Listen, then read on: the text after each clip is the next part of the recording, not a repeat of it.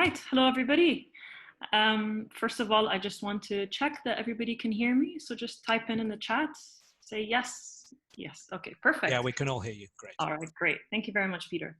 All right, so thank you everybody for being here today. And I'm very happy to be part of this series of workshops. And first of all, I'd like to say Happy Easter to anybody that was celebrating, and Happy Ramadan coming up as well. So I'm very glad that you chose to join us today to develop your skills, refresh, polish, whatever you want to call it, during these difficult times, uncertain times for all of us. I know that it might be very stressful for a lot of you as you are navigating teaching online, and also in addition to all the responsibilities you might have at home. Some of you might be acting as teacher assistants for your children who are also studying online. So I know that it's very challenging, and I'm happy that you found the time to come here today. I'd just like to point out that I am a webinar rookie, so you're probably better experts than I am at this point. So if there's any glitches, hopefully we'll overcome these together. I'm going to briefly introduce myself. So as you know by now, my name is Nahla Al-Malki. I'm actually a Syrian Jordanian, but I was born and raised in Saudi Arabia, so lived there the majority of my life, and then have been back and forth between the UAE and Saudi.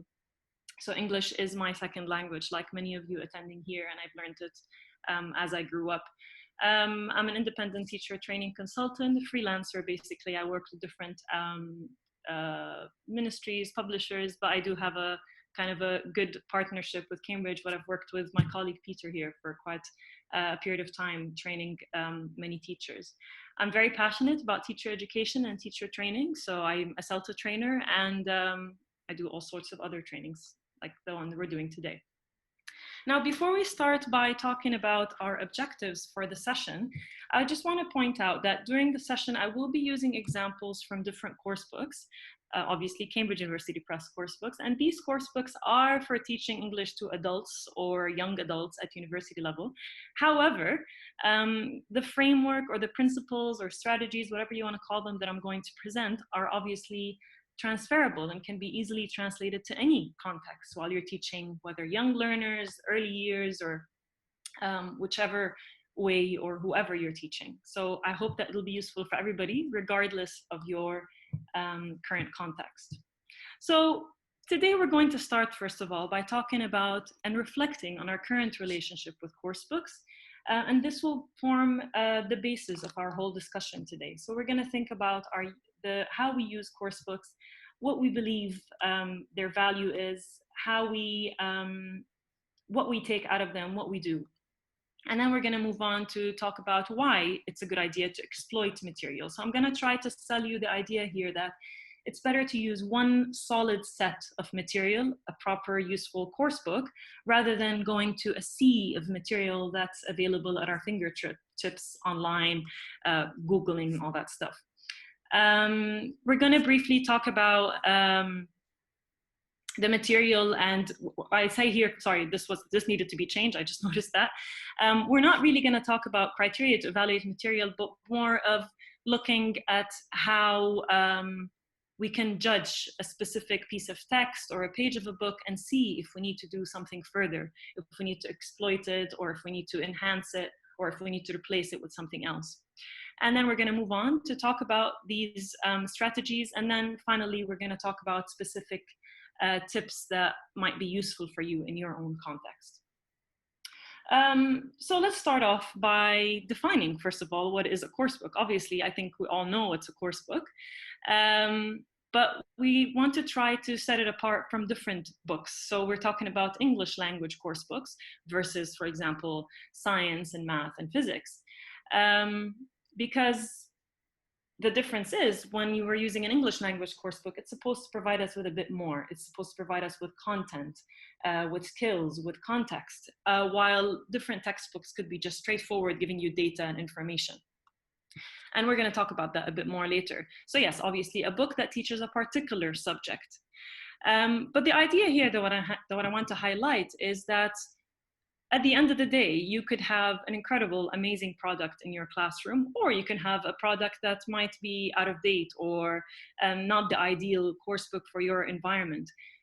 But at the end of the day, the most essential tool, the key element here, the key asset is actually you, the teacher. You are what makes a lesson successful, beneficial, effective, and sadly also you in general. A teacher is what could make a classroom fall apart, or could make it very difficult for you to achieve your aim and your learners. So yes, effective teachers are actually the most important part here. You could have reduced class sizes. You can have ideal classes with only a small number of students. You could have an amazing curriculum. However, at the end of the day, the most important thing is you, the teacher, and how you use the specific material that you have and whatever is provided to you in your context. So a teacher basically is better than 2 books. And it says here anonymous. Whenever you see anonymous, it means I just made up that quote and I decided to put it up there. So a teacher, and I'd like to edit even here, a skilled, well-trained, passionate teacher is better than a million books even. You are what's important. That's why we chose to talk today about how to exploit our course books and how to use them properly to get our best results. And I think the current situation that we're in, being teaching behind screens and online, proves to us that we are the most important element as teachers. Yes, we're behind the screen, but we're still there. We're the ones planning things, facilitating things, monitoring things. Otherwise, it won't really work. So moving on, let's try to reflect here a bit. So I'm going to show you here a few questions or statements, not questions, sorry, statements, and they're missing a word at the end. And I've got some prompts of what you can fill them up with. So for example, number, adverb of frequency, day, week, month, etc. And I want you to take a few seconds here to really think and reflect about you and your practice, and then type them up in the chat box. But there's going to be a few prompts. So rather than just putting one by one, put them all in one line separated by commas, and I'll show you an example now. So I think course books are blank for learning. So for example, you could put, I think course books are important for learning. I use course books, I use 1 course book or 2 or 3. So this is my example here. I think course books are essential for learning. I use them frequently, I supplement them often, etc. So type up some of these so we can look at what you think. Again, if you could put them in one line separated by commas, it's better. Yeah, guides, essential. All right, excellent. What else? A tool, very good. Helpful, optional, interesting, good. Yes, happy to see such varied responses here. Good. What about the other one? So how often do you supplement or adapt or delete or enhance? Okay, often. Okay, good, common, rarely. All right, so yes, a lot of varied answers, which is fine. You can stop now, everybody, thank you. A lot of varied responses, which is really good, because this is what I wanted out of this slide. I want you to think about yourself and what you currently do, and keep that in the back of your mind as we go through the slides today together. So why should we use coursebook? Why do our universities and establishments invest quite a lot of time and effort in choosing our coursebook, and sometimes a lot of money as well? Well, first of all, coursebooks are very useful in saving you as teachers a lot of preparation time. They help us and the students stimulate language production through the context, through the situations, through the visuals, through the text, the topics. They provide students with an immersion-like language exposure. So again, mimicking a real-life situation, hopefully through the tasks, through the activities. And it gives students a chance to work outside of class time. So a reference point for students to fall back on, for you actually, and for the students and you as a teacher, important for both of you. And provides entertainment, because this kind of links with being engaging and motivating, because a dull, dry content won't really engage our learners, no matter how young and old, or no matter where they are. It's very, very important that there's an engagement happening here. What I'd like to add here to the quote is that it's also a safety net. So for a lot of teachers who are new or novice or not very experienced, the course book is very, very important in giving them this structure, this path, for both, again, for you and the teacher. the students, sorry. And it also allows us to standardize our instruction and our quality. So the university would choose a specific course book, and hopefully through using that, we can get a more standardized instruction from different groups or different teachers. So yes, it's very, very important. And I think the most important thing here about using a course book is that, contrary to what many believe, it's really not easy for us to come up with our own material. It's actually very, very difficult, very challenging for you to come up with a text that is really well suited, not just text, material in general. And you'll see that our colleagues here at CUP, obviously, they spend years working on course books, and there's board meetings, and there's advisory panels from different places. They involve so many different people, it's samples and studies. So we can't just assume that all of us as teachers can go and walk up one day and develop our own material. And that's why it's really also risky that a lot of us might take the route of just going online and searching for a ready worksheet. That could be actually very dangerous. And that's why today what I want to do is try to show you how you can do that on your own, but a very simple way, with less risk than just finding stuff online. Now let's talk about here a bit about what the experts think about this area. Now, the first person here, I tried to find a picture, but I couldn't. He's a bit camera shy, but maybe that's because also he hasn't published many books, but it's more articles and journals. He says that, his name is Cortazzi, obviously, is that textbook is a teacher, a map, a resource, a trainer, and an authority. So I don't know if you agree with that. But yes, a book could serve as a trainer for your teachers by looking at the teacher's guide, by looking at the structure, the material. It actually trains us on teachers on how to think and how to develop our lessons. Anybody remembers this guy? He's been in a few sessions now, I think, by Peter. Anybody recognize the picture? Yes, excellent, Jack Richards. Good. And he has said, for inexperienced teachers, materials are a form of teacher training. Again, confirming the quote on top. And then finally here, anybody recognizes this person? No? All right, Noonan. And he has said that, this is one of my favorite, a textbook puts flesh on the bones when learning objectives have been specified in a syllabus. So again, it's about maybe your school or your university or center has already decided on a set of objectives, but the book is what puts the meat out there for you and your students, or for the vegetarians, it could be something else.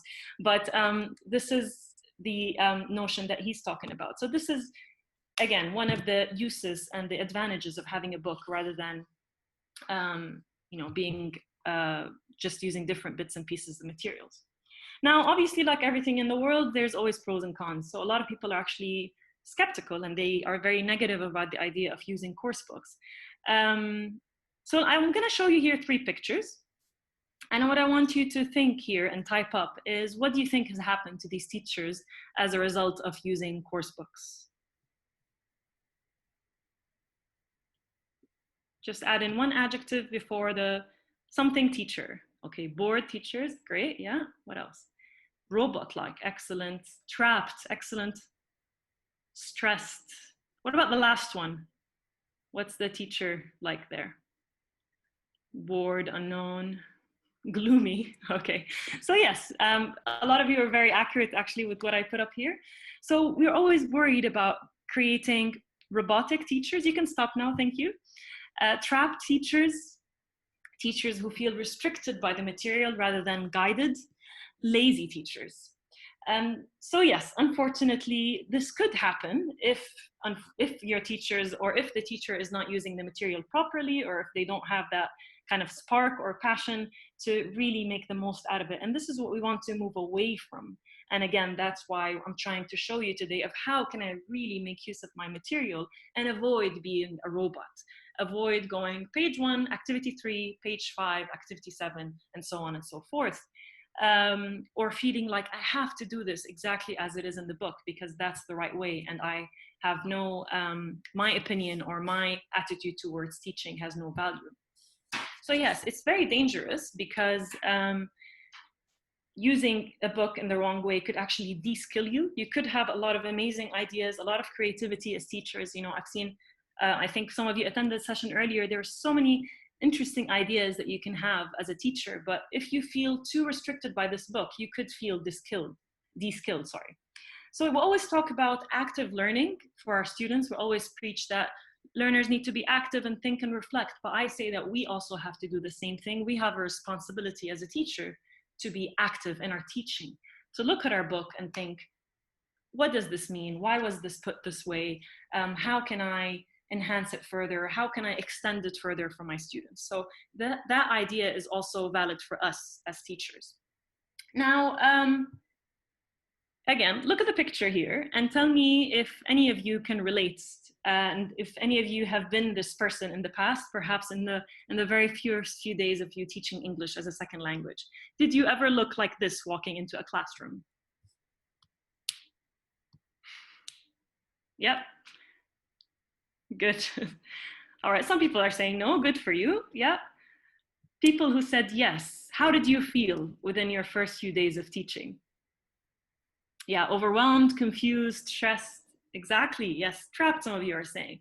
So we feel this pressure when we start teaching that we have to bring in so much. I have to do these cutouts and these exercises, and I'm gonna go to this website and print out this and that and make photocopies.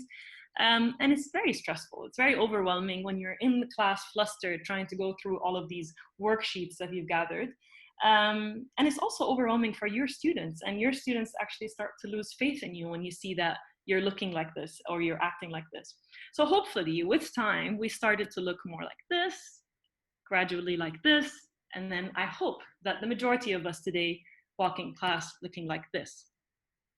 But hey, there's no shame. If you're at the first one, that's okay. That's part of what we're hoping to achieve today, is that we all end up looking like this happy, relaxed teacher, the ideal English language teacher with one book, one marker, and that's it, the end of the story. So again, so why should we exploit material? What's happening here in this visual? What is this shovel doing? Digging for, what do you do when you dig? You reach,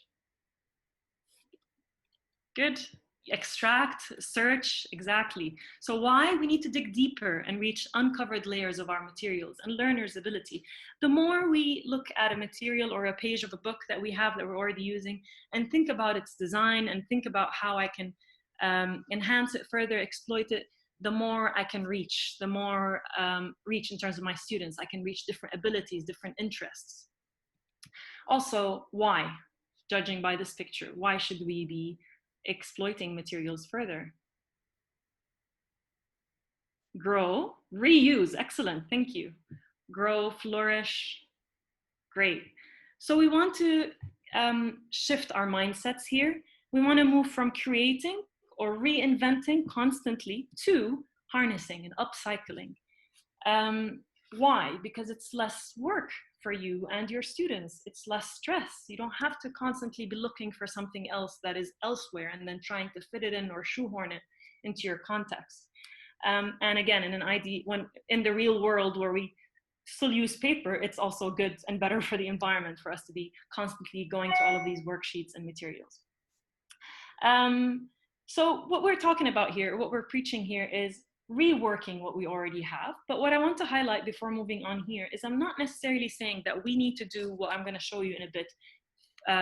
These steps, we need to do them, or we can only do them for a course book or material that is useless or bad. That's not what I mean. It could mean that this material is actually very useful for you and your students have enjoyed it a lot and showed a lot of interest. So as a further step, you're going to try to think of a way to even make it become even more useful for you. Now, moving on here, we're going to talk about upcycling. Sorry, somebody's asking here about upcycling. So it's using what you have and repurposing it, really, instead of recycling. So when you have a paper bag, you throw it in the recycling. But upcycling is that you reuse it to do something else. So I hope that answered your question. Now, evaluating our course book. Again, what I mean here is not evaluating it because I get to choose. Let's imagine that we already have these books and we already have to use them. But let's think about how can we look at what we have to see if it's suitable for today, for that context, or do I need to do something else? Now, this is going to be a bit of a tricky exercise. I've got here different words, different criteria, but the letters are all jumbled up. And what I want you to do is just try to put them in the right order and just shout out or type out all the correct ones. I'll do the first one as an example.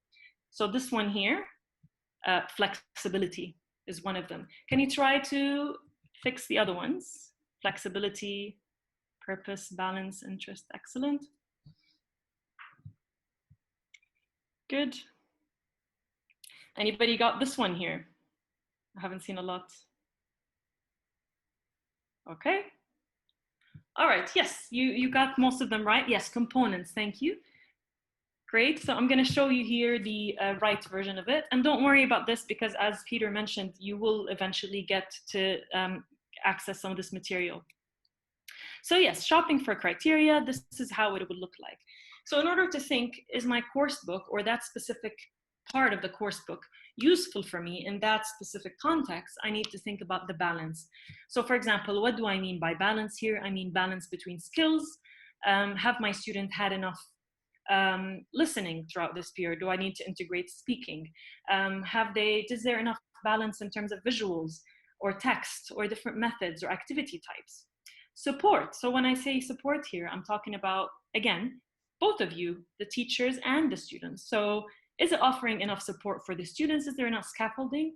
Or are they asked too quickly to come up with material or with products that they can't produce yet? And as well for you as a teacher, is it providing you with enough support?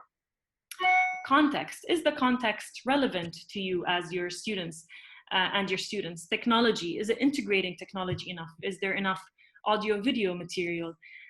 Components, what comes with the book? Is there a workbook that kind of corresponds to this lesson that I'm teaching that can support me? And finally, interest, if it is appealing to you and your learners.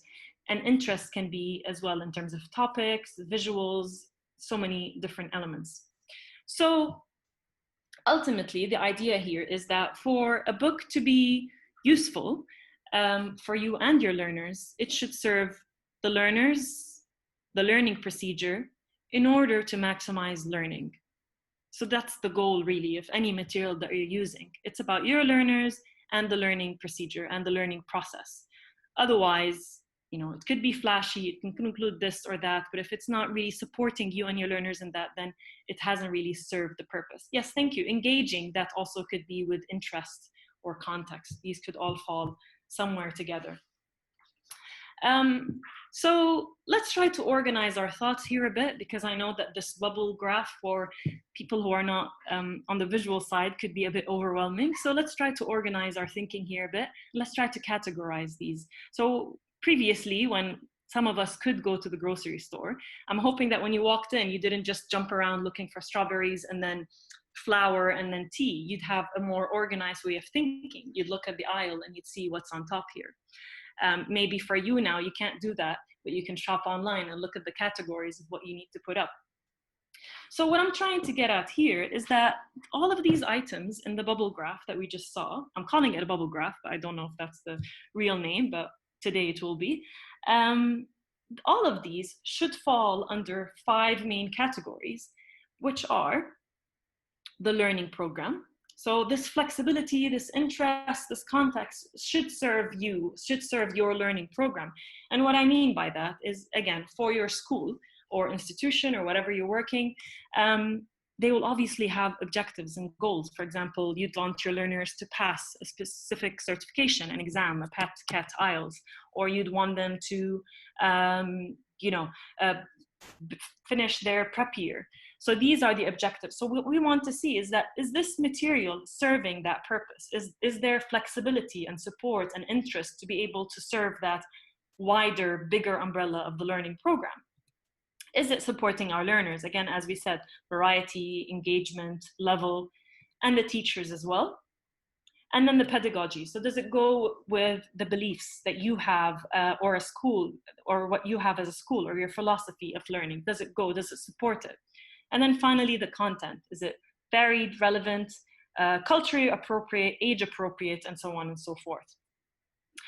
So what I'm saying is here, again, when we're looking at our material, this is what we need to look at before we decide if we need to do anything different, if we need to extend, expand, exploit, and all of that. But I think the conclusion that we'd all reach is that one size does not fit all. So no course book will be totally suited to a particular situation. The teacher will have to find his or her own way of using it and adapting it if necessary.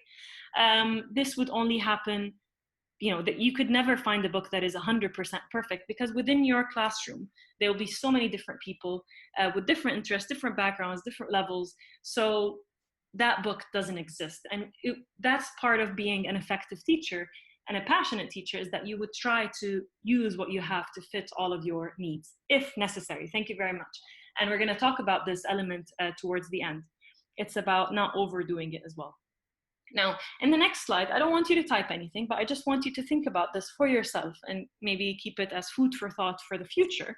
But I want you to start thinking in this mind frame that you need to think, what are the 3 most important categories or criteria important to you when you want to deliver specific content in the classroom?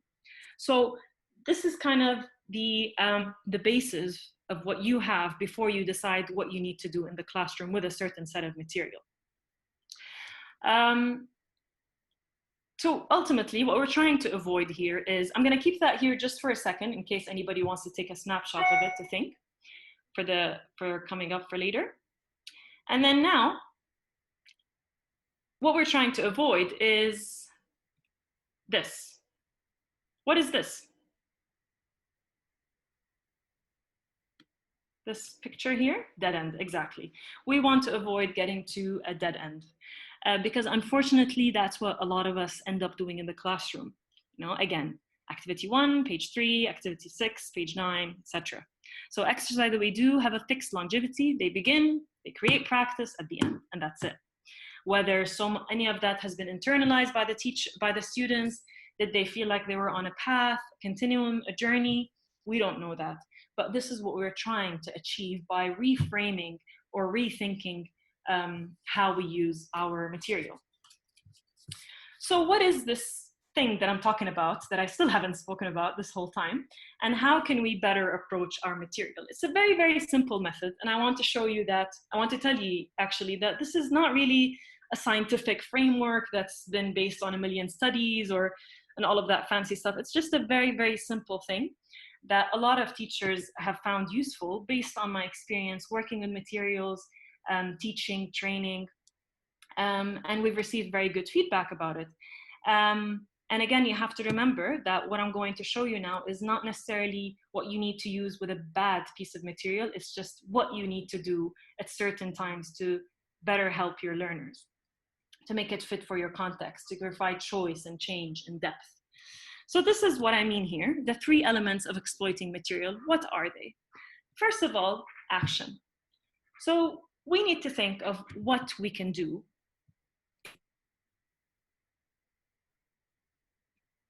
to a specific content, whether it's a reading text or a visual or an online article or a video, to achieve what?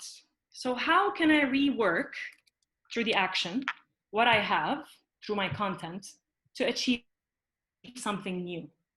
What are the steps that I need to do, and what can I do in the classroom or before in preparation to help my learners or to help me achieve better goals? And I'm going to talk about this now in more detail. Now you're going to find here 3 columns: action, content, and task.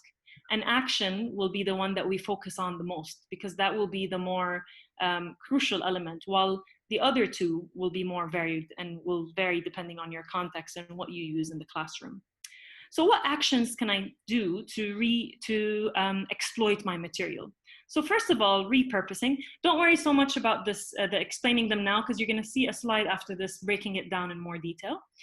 But I'm just going to briefly talk about it now. So repurposing our material. So taking something that we already have in the book and thinking, how can I change its purpose? Because for some reason, it might not be effective with my students today, or because I've done a lot of it, or because it's worked so well and I find it so amazing that I still want to do something else with it.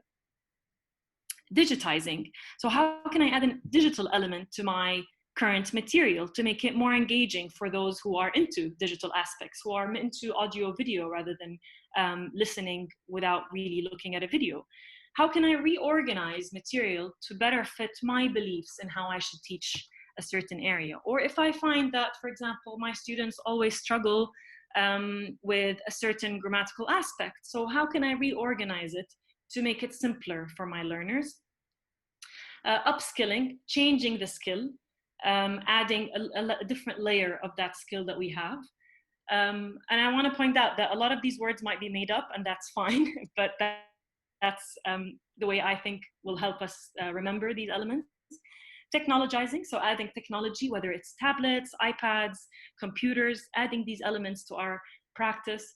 Creativizing, so here is the made up word, adding a creative element to this specific set of material to make it interesting for my learners, for my creative learner. And then authenticizing, so adding an authentic angle to this. So these are the actions that we're proposing for us to use with our material, and these can be applied to anything really that you find in your book. So the following list will not be exhaustive, but it's just some examples. But you will find that this list will have a lot of items that are usually neglected in a book. So the items that the teacher usually skips and thinks, you know, there's not enough time for that, or it's not a priority. So the word list, you know, how many of us, you know, they have that at the end of the unit and think there's nothing you can do with it. But in reality, there's so much I can do to make it come to life, to make my students benefit from it. Post activities, you know, the reflective activities, a lot of us as well, we skip it because we think, oh, my students can't really reflect on their learning, they're not able to do this, so let's just move on. The opening visuals, usually these are beautiful in every unit, but how much do we do with them? And do we do them enough, or do we quickly go through that page? So yes, we can apply these to a lot of these, and I'm going to show you in a more detailed way in a bit for those who still don't get it, which is understandable because it's still not that clear. And then finally, what we want to achieve. So by creating videos, role plays, dictation, debating, personalizing, and all of these different things. Now, obviously, as I said, this and this is completely up to you. It could change so much, but what I want you to focus on here is the action. So I want you to look at your book and think, okay, I don't think my students will enjoy this. So what can I do today? How can I repurpose, or how can I reorganize, or how can I creativize this to make it interesting for my students? And a lot of you are coming up with lovely ideas here. Socratic seminars, discussions, taboo. So I'll explain that in a bit if somebody can remind us later. But it's a game you can play with a lot of, for vocabulary basically, and jigsaw as well. We can talk about that a bit further later. So actions explained. Let's break these down a bit more. A flipped classroom, thank you. Yes, great ideas. So this is kind of a more of a detailed breakdown of what I just showed you now. So repurposing, as I said, changing or extending the objective of a task or a section. I think this kind of just repeated what I just told you, but I'll give you a second to look through it now. Creativizing, integrating a creative skills element. So it could be drama, acting, drawing, doodling, creating a poster. All of these could be creative.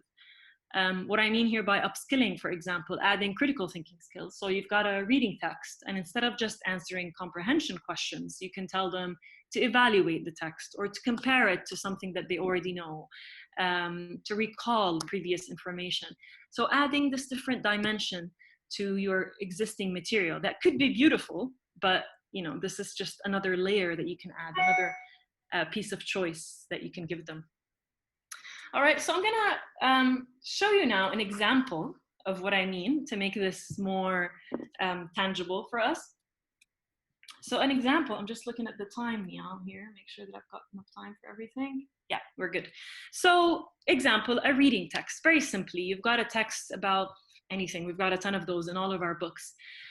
We can repurpose it. So you can have a discussion to make it into a speaking exercise, or you can turn a reading into a listening, simply because you feel like they need more listening in that stage, in that day and time. Or if you think that you can split your class into two, and some of them will be doing reading and some of them will be doing listening. And that's, I think, is even more doable now while we're teaching online by, you know, you can have them in separate Zoom meetings or whatever platform that you're using. Repurposing into vocabulary focus. So you've got a text and now they've done their reading, but you feel that we could do more of it because they enjoyed it so much. And I want to now focus on vocabulary. So you can do speed reading, you can have them search for collocations, you can do a running dictation. So quite a lot that you can do. Upskilling, as I mentioned before, including critical skills strategies. I'm sure all of you or a lot of you might be familiar with Bloom's taxonomy and all the different skills there, and we can include those to further exploit what we already have in our books. And then finally, technologizing. So researching background facts using our tablets, recording short summaries of the text on the smartphones instead of asking students to write a summary or to simply talk about it, because it's might be more engaging. So we're going to move on to the next thing. This is taken from an actual book from Cambridge. So obviously it'll be an amazing product. So this is from Unlock 2nd edition. We found that a lot of teachers actually really like using these books. And I want to tell you a bit more about what this page is.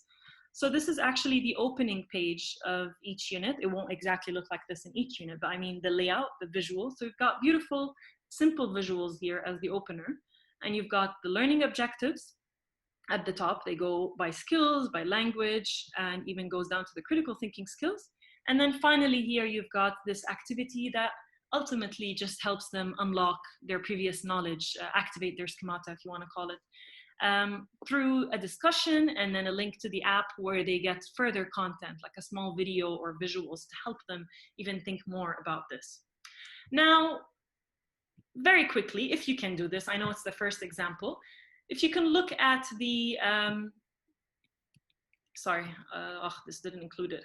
Okay, if you can think about the different actions that I just showed you earlier, repurposing, digitizing, and all of that, what do you think I can do with this page to exploit it even more? Does anybody have any idea of how I can further exploit this page using what I just told you? Speaking, technology, describe the picture, thank you. Writing task, creativizing, excellent, good. Excellent, more images, descriptions, discussions, WH questions. Very, very nice, exactly, good. So this is what I had actually here. Upskilling, so learners write about what they see in the visual. You can either choose to skip the writing, skip the speaking and have them write instead, or if you feel like they're so able, you can ask them to write even more about it.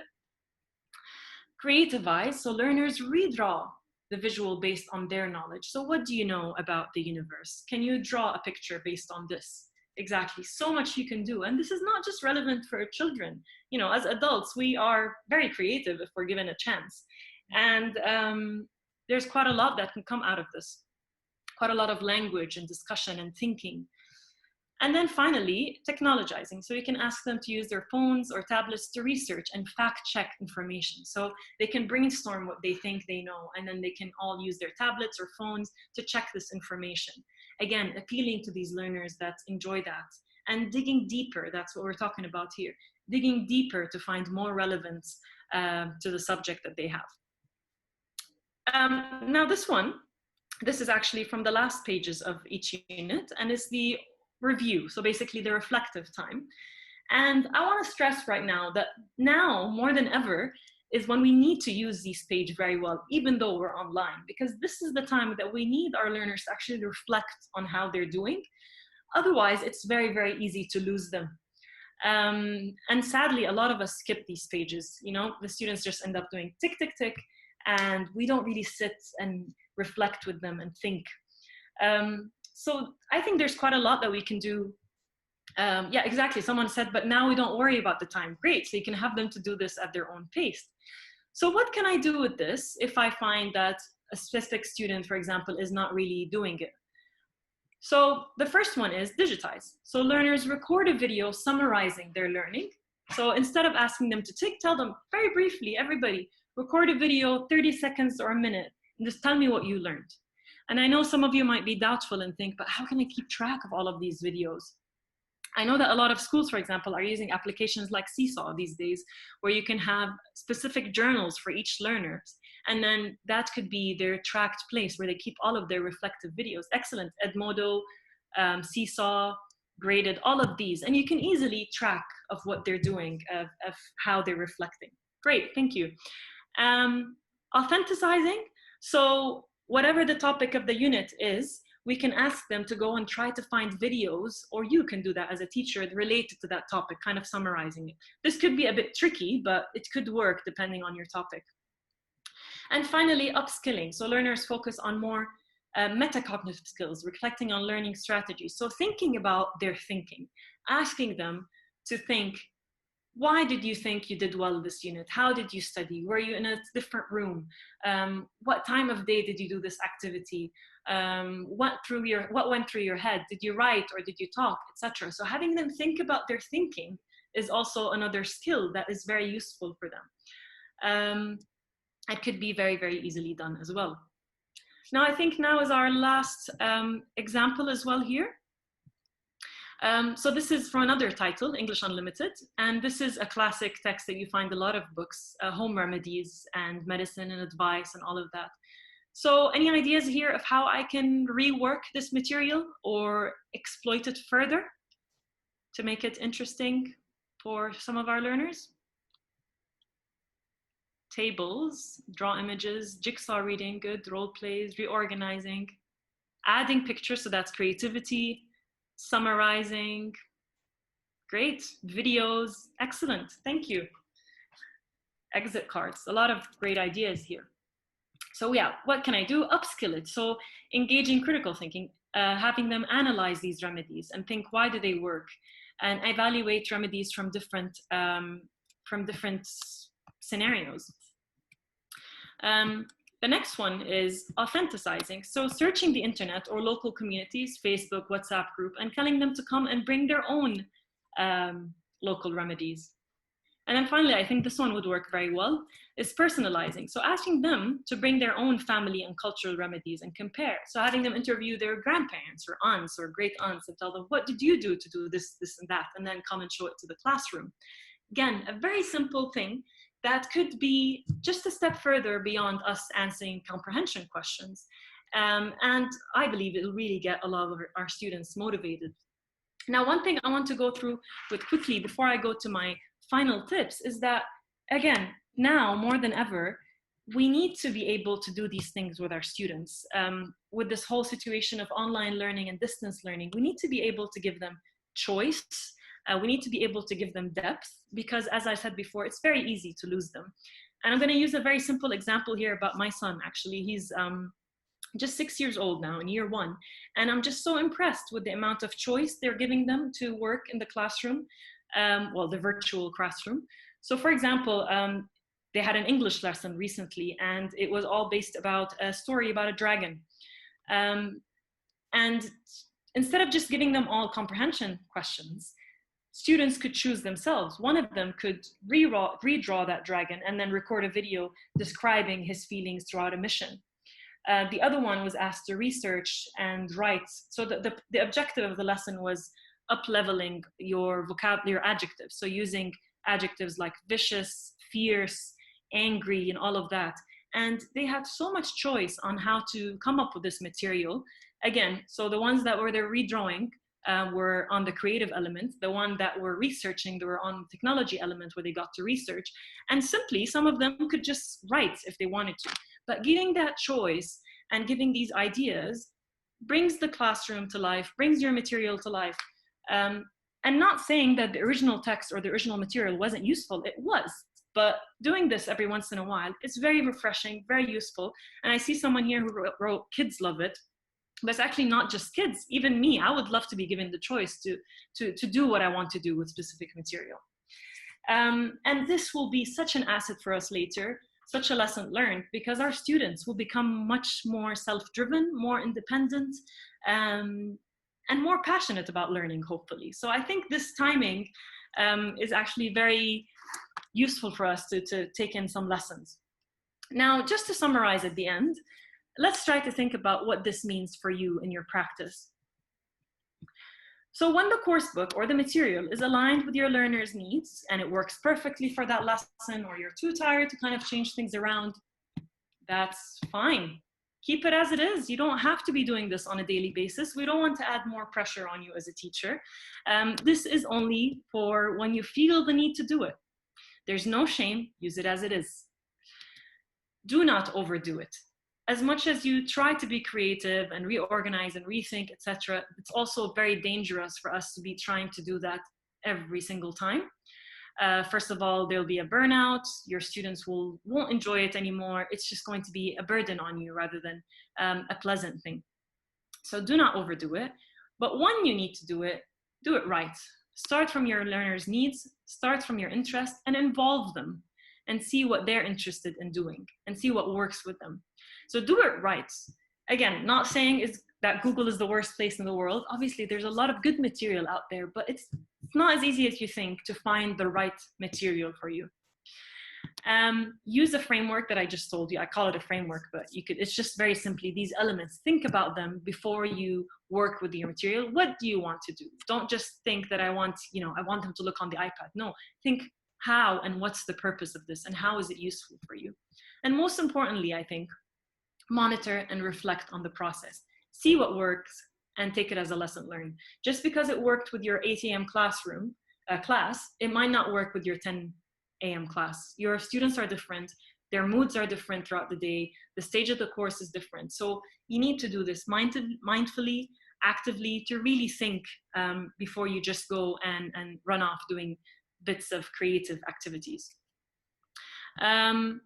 So as we round up today, what I want you to think, if you can't think about it fast enough now to write it, that's fine. But I want you to think about one thing that you've learned, one thing that you're going to research further, and one thing that you're definitely going to try in the future. Again, reflection is very, very important, even if you don't type it now, but make sure that you're reflecting what you've learned today to make sure that you've internalized something or you've learned something. All right. And I think that's it. We've got a few minutes for some questions. Peter? Hi, Nala, and thank you so much for a really excellent and engaging talk today. I've picked up a couple of questions, which I'm going to throw at you now, if you don't mind. All right. One of the questions is about teachers having to use the course book because they're told to use the course book. In other words, there's no room for creativity or flexibility. So the question is, what should a teacher do if they're not allowed to deviate from what's actually in the course book? Actually, this is a perfect framework to go around that, because what I'm suggesting here is that you don't have to go get anything from outside the book. What you're doing is just reworking what you have. I'm not saying to do this behind the management's back, but really, I mean, I think if they're sensible enough, you could say that I'm not changing anything. I'm not changing the material. What I'm doing is reworking it, thinking. Also, what you could do is you could keep doing what the book is telling you to do, but then just give these choices that I just mentioned. So tell them you can either do the multiple choice questions, which is fine. Also, as a bonus, you could do this, that, and hopefully the students will end up doing these activities that you've really catered for them. Yeah, great. Yeah. Another question was, if a course book has so many great ideas, how do I actually choose the best ones? Probably a question. But yeah, well, it's about, again, ultimately it all goes down to you and your learners. Involve them as much as you can, even if they're young, very young children. There are ways where you can gather data on what they liked and what they enjoyed, and just go with that. And also pick what's easy for you. Let's try to avoid activities that involve a ton of preparation and time-consuming steps. Use what works for you, really. I don't think I have a clear answer for that. It depends on your context. You can only choose what's best for you. Yeah. Okay, final question. Somebody's asking, when we repurpose, how can it be possible for some students to be reading a text while others are listening? I guess it's just a classroom management issue, isn't it? Yeah. I mean, it depends on so many different variables. It depends on your class size. So, assuming that we're back in the classroom, I know that this could be tricky. You'd need to have some students step out, or you could provide them with an audio version of this using their headphones or something of that sort if you're live. But if you're doing this actually now, while we're doing distance learning and online learning, you could easily do that, segregated kind of receptive skills task, because you can easily separate them. Okay, great. Thank you so much, Nala. That's a really, really useful session, and I hope our audience has enjoyed it. There's at the moment 2,200 of you online participating in this webinar.